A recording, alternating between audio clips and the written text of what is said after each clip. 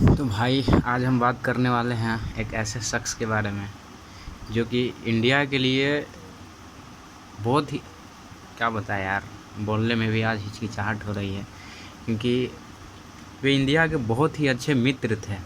और इनका कल भाषण के दौरान जो स्पीच दे रहे थे, उनका कल भाषण के दौरान ही इनका गोली मारकर हत्या कर दी गई। एक्चुअली में वो शूटर पकड़ा गया है, लेकिन क्या फ़ायदा जब हमारे बीच हमारे प्रिय नेता ही नहीं रह पाए। मतलब हमारे देश के नहीं थे, लेकिन हमारे देश के लिए एक कहीं ना कहीं अच्छे शुभचिंतक थे और हमारे देश को आगे बढ़ाने में इनका बहुत अच्छा योगदान था। तो आज हम जिनके बारे में बात करने वाले हैं वो हैं जापान के पूर्व प्राइम मिनिस्टर शिंजो आबे के बारे में, जो कि कल उनका भाषण के दौरान उनको गोली मार दिया गया था। तो आज हम लोग उसी के बायोग्राफी के बारे में जानेंगे कि किस तरह से शिंजो आबे जापान के ऑनरेबल प्राइम मिनिस्टर बने और हमारे भारत को आगे बढ़ाने में उनका क्या क्या अहम योगदान था, जापान को आगे बढ़ाने में उनका क्या योगदान था। तो आज उसी के बारे में हम लोग देखेंगे। तो आज जैसे कि आप देख भी रहे हैं शिंजो आबे, आप हमें लगता है कि न्यूज़ भी देख ही लिए होइएगा। तो बात करते हैं आज कि जो शिंजो आबे थे उनका जन्म 21 सितंबर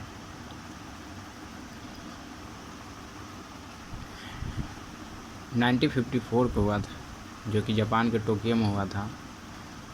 ये जापान के टोक्यो में, जापान ना शुरू से ही, मतलब शिंजो आबे से जानने से पहले थोड़ा सा जापान का पहले की कंडीशन जान लेते हैं। तो ऐसे समझिए कि जापान ना शुरू से ही उग्रवादी देश था और इसको शांति के मार्ग पे लाने में कहीं ना कहीं शिंजो आबे का बहुत ही बड़ा योगदान है। ऐसा माना जाता है कि जापान पहले एशिया का मतलब क्या बताया यार, एशिया पे जापान सेकेंड वर्ल्ड वार से पहले, मतलब ऐसे समझिए ना, सेकेंड वर्ल्ड वार हुआ तो जो भी आसियान कंट्री आता है, जिसमें हम आता है क्या बोलते हैं, Myanmar, Thailand, Laos, Cambodia, Vietnam, Malaysia, Singapore, Brunei, Indonesia, Philippines, total 10 country हुआ आसियान में। इस पूरे के पूरे आसियान पे ना जापान का कब्जा था। जापान इवन सोचिए इतना छोटा सा देश है और जो कि रसिया को हरा दिया, समझ रहे हैं। चाइना के आदमी को जापान के आर्मी लोग क्या करते थे सेकेंड वर्ल्ड वार के टाइम, मतलब वहाँ के आदमी को न जिंदा जला देता था। मतलब सोच सकते हैं जापान के जो आर्मी है वो कितना खतरनाक होगा करते थे। और उस मतलब इतने खतरनाक आर्मी होने के बावजूद जापान को आज अभी जो हम लोग जिस जापान को जानते हैं वो पूरे के पूरे दुनिया में सबसे अहम शांति कायम करने में नंबर 1 पे है। वर्ल्ड हैप्पीनेस इंडेक्स में देखा जाए तो सिंगापुर के बाद जापान का नंबर आता है।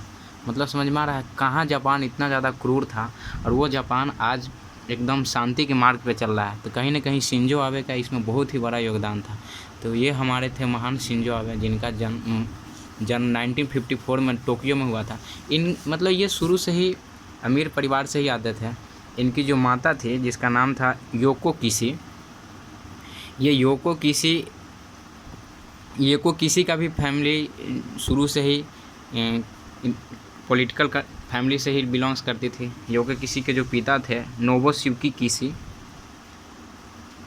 वो जापान के प्राइम मिनिस्टर रह चुके थे। नोबुसुकी किशी जो कि 1957 से लेकर के 1960 तक जापान के प्राइम मिनिस्टर थे और जापान के प्राइम मिनिस्टर भी थे और प्लस में ये लिबरल डेमोक्रेटिक पार्टी की स्थापना भी किए थे। जो अभी जो लिबरल डेमोक्रेटिक पार्टी है, उसी डेमोक्रेटिक पार्टी के हमारे जो शिंजो आबे थे वो लगातार 2 बार प्राइम मिनिस्टर रह चुके थे। तो आज शिंजो आबे शुरू से ही शांति में इनका विश्वास बहुत ही ज़्यादा, मतलब ये था कि हाँ भाई हमें शांति कायम करने में ही सबसे अच्छी भलाई है। और शांति के मार्ग पर चलते हुए जापान को इतना ज़्यादा अमीर बना दिया कि आप सोच सकते हैं 4-5वें स्थान पे, यानी जापान का जो येन रुपया है, जिसको हम लोग, जैसे हम लोग अपने देश में रुपया को रुपया बोलते हैं, उसी तरह से वहाँ के रुपया को येन बोला जाता है।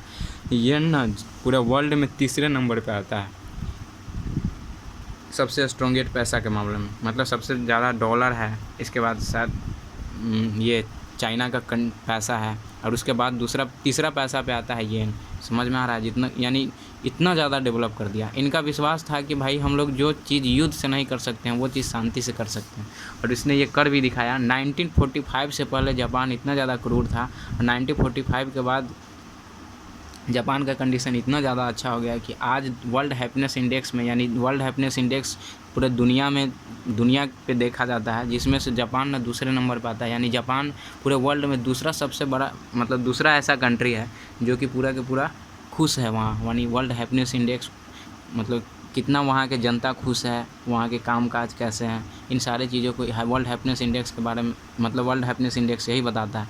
यानी सिंगापुर के बाद जापान ही नंबर 1 पे सेकेंड नंबर पे आता है।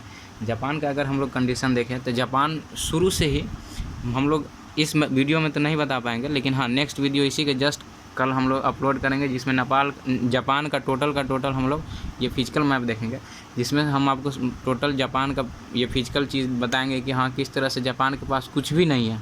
जैसे चाइना के पास बहुत बड़ा भंडार है, रसिया के पास पेट्रोलियम है, इस तरह से जापान के पास कुछ भी नहीं है। यहाँ तक कि सोचिए ना, जापान एक ऐसा कंट्री है जहाँ पीने के लिए ठीक से पानी भी नहीं है, फिर भी वहाँ के कंट्री में वहाँ इतना ज़्यादा डेवलप कैसे हुआ, वहाँ इतना खतरनाक टेक्नोलॉजी कैसे आया, है ना।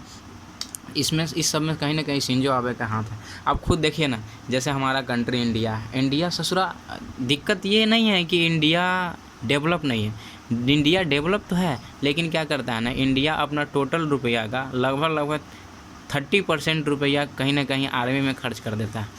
जो कि आर्मी में खर्च करता है वो तो ठीक है, अगर आप खुद सोचिए ना, अगर मान लीजिए इंडिया को कोई युद्ध ही ना लड़ना पड़े, इससे क्या होगा, इंडिया के जो आर्मी का जो पैसा जा रहा है इतना 30%, वो क्या होगा, वो किसी न किसी दूसरे इंफ्रास्ट्रक्चर में लगेगा, जिससे इंडिया का ही डेवलपमेंट होगा। लेकिन नहीं, हमारे इंडिया के अगल बगल में जो भी कंट्री लोग हैं, जैसे इधर पाकिस्तान हो गया, 1 नंबर का नल्ला है, इधर चाइना हो गया, हमेशा बोलते रहता है कि कभी तिब्बत हमारा तो है ये है, कभी बोलता है कि उत्तराखंड मेरा है, कभी बोलता है अरुणाचल प्रदेश मेरा है, कभी बोलता है सिक्किम मेरा है। समझ में नहीं आता उसका किस समय वो कौन सा नशा करके बोलते रहता है, समझ में आ रहा है। यानी अगर आप खुद सोचिए, इंडिया को अगर वहाँ आर्मी नहीं लगाना पड़े और वो सारा के सारा पैसा किसी इंफ्रास्ट्रक्चर में या ट्रेड में खर्चा करे, तो इंडिया का कितना ज़्यादा डेवलपमेंट होगा।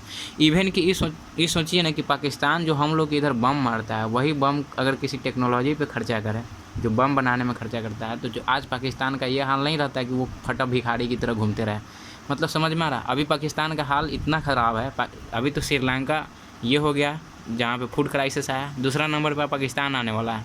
अब देखते रहिएगा, आने वाले 2 से 3 साल में पाकिस्तान बिक जाएगा और उसको ख़रीदने वाला चाइना होगा, और चाइना इतना कम बोली पे खरीदेगा ना कि पाकिस्तान को खाने के लिए भी क्या बताए यार, मतलब शर्म करनी चाहिए उन लोगों को। मतलब आप खुद सोचिए ना, इंडिया इतना अच्छा शांतिपूर्ण कंट्री है यार, वो लोग सीखता भी नहीं है। अब मतलब खुद देखिए, जापान जो कि 1945 से पहले इतना ज़्यादा दबंग कंट्री था, जिससे अमेरिका डरता था, जिससे रसिया डरता था, जिससे चाइना डरता था, आज वो जापान इतना ज़्यादा शांत है, और इतना शांत होने के बाद डेवलप है। यानी कहीं ना कहीं हम लोग को ये बिलीव करना ही पड़ेगा कि जो चीज़ शांति कायम करके हो सकता है, वो चीज़ युद्ध करके नहीं किया जा सकता है। समझ में आ रहा है आप लोग को। तो यानी हम लोग को भी इस सब चीज़ के बारे में ध्यान देना होगा। अगर भाई आप लोग में से कोई पाकिस्तानी वीडियो देख रहे हैं, तो अपने प्रधानमंत्री को समझाए यार, कौन नशा करके आता है, सब सिर्फ इंडिया को ही धमकी देते रहता है, होता कुछ नहीं है। सब बोलेगा खाली कश्मीर हमारा है, तो सारा कश्मीर लेकर करेगा क्या, तुम्हारा अपना बलूचिस्तान तुमसे छीन रहा है। बलूचिस्तान का कभी नेक्स्ट वीडियो में हम बताएंगे कि वहाँ की हालत इतने कमज़ोर है, इतने ख़राब है कि क्या बताएं। वो लोग मतलब बलूचिस्तान वाले खुद पाकिस्तान से अलग होना चाहते हैं। ये लोग हमेशा कहीं ना कहीं बम फोड़ने का फिराक में रहेगा। कभी कहेगा कि जम्मू कश्मीर उड़ा देंगे, कभी बोलेगा पार्लियामेंट उड़ा देंगे, कभी बोलेगा ताजमहल उड़ा देंगे। ससुरा लग रहा है जैसे इसके बाप की जागीर है, आओ तुम उड़ा दो, तुम्हारे लिए तो मतलब आर्मी लोग सोई बैठी है, या तुम्हारा रिश्तेदार है ना, जिसके वजह से तुमको छूट दे देगा कि आओ भाई आओ, तुम इंडिया में बम मारो, हम लोग देखते रह जाएंगे, है ना। भाई पाकिस्तान वालों कान खोल कर सुन लो, ऐसा कुछ होने वाला है नहीं, ठीक ना। पहले जैसा इंडिया नहीं है कि तुम आओ चोरी से चुपके से घुस जाओ और इंडिया को कब्जा कर लो और चले जाओ। आज इंडिया एक ऐसा कंट्री है जिसका इंफ्रास्ट्रक्चर अब डेली बढ़ते जा रहा है। इंडिया में अब 101 यूनिकॉर्न कंपनी बन गया। ससुरा तुम्हारे कंट्री में एक भी यूनिकॉर्न कंपनी नहीं है। समझ में आ रहा है ना तुम लोग को। तो भाई अपने जीडीपी पे ध्यान दो, अपने अर्थव्यवस्था पे ध्यान दो, ना कि लुंगी पहन के बम मारने पे ध्यान दो, है ना। यार शिंजो आबे जो आदमी थे वो लिबरल डेमोक्रेटिक पार्टी से आते थे। ये लिबरल डेमोक्रेटिक पार्टी, इन्हीं के नाना जी जो थे नोबुसुकी किसी, इन्होंने क्या किया था, लिबरल डेमोक्रेटिक पार्टी की स्थापना किया था। और इसी लिबरल डेमोक्रेटिक पार्टी के बाद मतलब इनके जो पिता थे, जो चीफ मतलब इनके पिता फॉरेन मिनिस्टर थे, और 1993 में ये शिंजो आबे क्या किए थे, मतलब 1993 में शिंजो आबे चीफ सेक्रेटरी बने थे। चीफ सेक्रेटरी का मतलब ऐसा समझिए ना, प्राइम मिनिस्टर के बाद सबसे बड़ा पद होता है तो वो चीफ सेक्रेटरी होता है। तो 1993 में जापान के चीफ सेक्रेटरी के पद पे भी रहे हैं शिंजो आबे। और 2006 में उसने क्या किया, प्रेसिडेंट पद के लिए नॉमिनेट किया गया। और 14 जुलाई 2006 को जब इलेक्शन हुआ तो उसने 14 जुलाई 2006 को जब इलेक्शन हुआ तो उसने क्या किया, मतलब प्राइम मिनिस्टर जापान का बना। तो और प्राइम मिनिस्टर बना तो बना, ये दूसरा सबसे यंगेस्ट प्राइम मिनिस्टर बना। इससे पहले एक ये फुमिहिरो कोनियो 1941 में जो बना हुआ था, ये सबसे यंगेस्ट प्राइम मिनिस्टर था। और दूसरा सबसे यंगेस्ट प्राइम मिनिस्टर, मान समझिए ना 56 वर्ष की उम्र में इसने प्राइम मिनिस्टर बन गया था। 2006 सॉरी 56 बोल रहे हैं, 52 वर्ष की उम्र में। मतलब ये थे शिंजो आबे। 2007 में इसने रिज़ाइन दे दिया। रिज़ाइन दिया इसलिए क्योंकि मतलब इसमें रिज़ाइन जब दिए शिंजो आबे तो इसमें ऐसा बताया गया था कि ये ना देखिए जापान का ना शुरू से ही पाकिस्तान बोल रहे हैं, अमेरिका से अच्छा संबंध है। पहले ख़राब था, लेकिन जब सेकेंड वर्ल्ड वार में जब अमेरिका ने इस पर 2 बम गिराया, हिरोशिमा और नागासाकी पे, तब से इसका रिलेशन अमेरिका से बहुत अच्छा होता चला गया।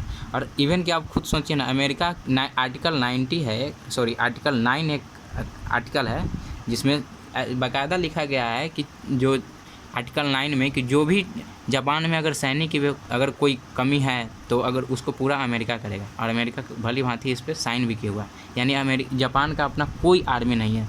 समझ में आ रहा?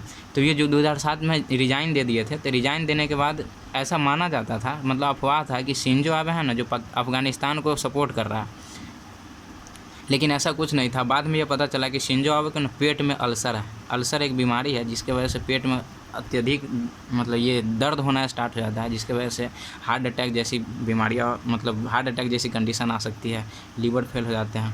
तो अल्सर था, तो 2007 में इसने रिज़ाइन दे दिया अल्सर होने की वजह से। फिर बाद में उसने जब 2007 में रिज़ाइन दिया तब जापान पार्टी की मतलब जापान पार्टी जीत गया। जापान पार्टी उतना ज़्यादा मतलब ठीक नहीं था। फिर जापान पार्टी जब बना, जापान पार्टी जब पावर में आया, जब जापान पार्टी के प्राइम मिनिस्टर बना यहाँ जापान में, तो उसका कंडीशन फिर से ख़राब होता चला गया। इकोनॉमिक्स उसका फिर से गिरता चला गया, डाउन ट्रेंड में आ गया। फिर जब 2012 में खुद ये शिंजो आबे खुद जब प्राइम मिनिस्टर बने, तो फिर 2012 से लेकर के 2017 तक इन्होंने क्या किया, इंफ्रास्ट्रक्चर को इतना ज़्यादा बिल्डअप कर दिया कि जापान अभी एशिया में एशियन टाइगर के नाम से जाना जाता है जापान। समझ में आ रहा? मतलब शिंजो आबे जो थे जापान को डेवलप करने में अपना अहम भूमिका निभाए थे। ये थी शिंजो आबे की छोटी सी स्टोरी। आई होप आपको शिंजो आबे की पूरी जर्नी समझ में आई होगी। और जिनका कल ही भाषण देने के दौरान उनका मृत्यु हो गया था, और जिसके वजह से शिंजो आबे बहुत ही मतलब क्या बताया यार, मतलब बहुत अच्छे इंसान थे, और जिनका निधन हो गया, जो कि इंडिया के लिए भी कहीं ना कहीं बहुत ही दुख की बात है, क्योंकि शिंजो आबे जो थे इंडिया के इंफ्रास्ट्रक्चर में, ट्रेड में बहुत ज़्यादा हेल्प करते थे। इवन कि जो शिंजो मतलब इंडिया और जापान का जो ये रिलेशन है वो तो हम नेक्स्ट वीडियो में देखेंगे कि किस तरह से है। पहले जापान का हम लोग फिजिकल मैप देख लेंगे, इसके बाद इंडिया और जापान का हम लोग ये रिलेशन देखेंगे, जिसमें शिंजो आबे को किस तरह से अहम रोल था और मतलब इंडिया को कितना उसने सपोर्ट किया था। इस सब को हम लोग नेक्स्ट वीडियो में देखेंगे। आई होप आपको ये वीडियो पसंद आया होगा। तो अगर ये पसंद आया हुआ है तो इसको लाइक करें और कमेंट करके बताएं कि शिंजो आबे की बायोग्राफी आपको कितनी समझ में आई और कैसी लगी। शिंजो आबे के बारे में आप कमेंट करके बताएं। तब तक के लिए जय हिंद।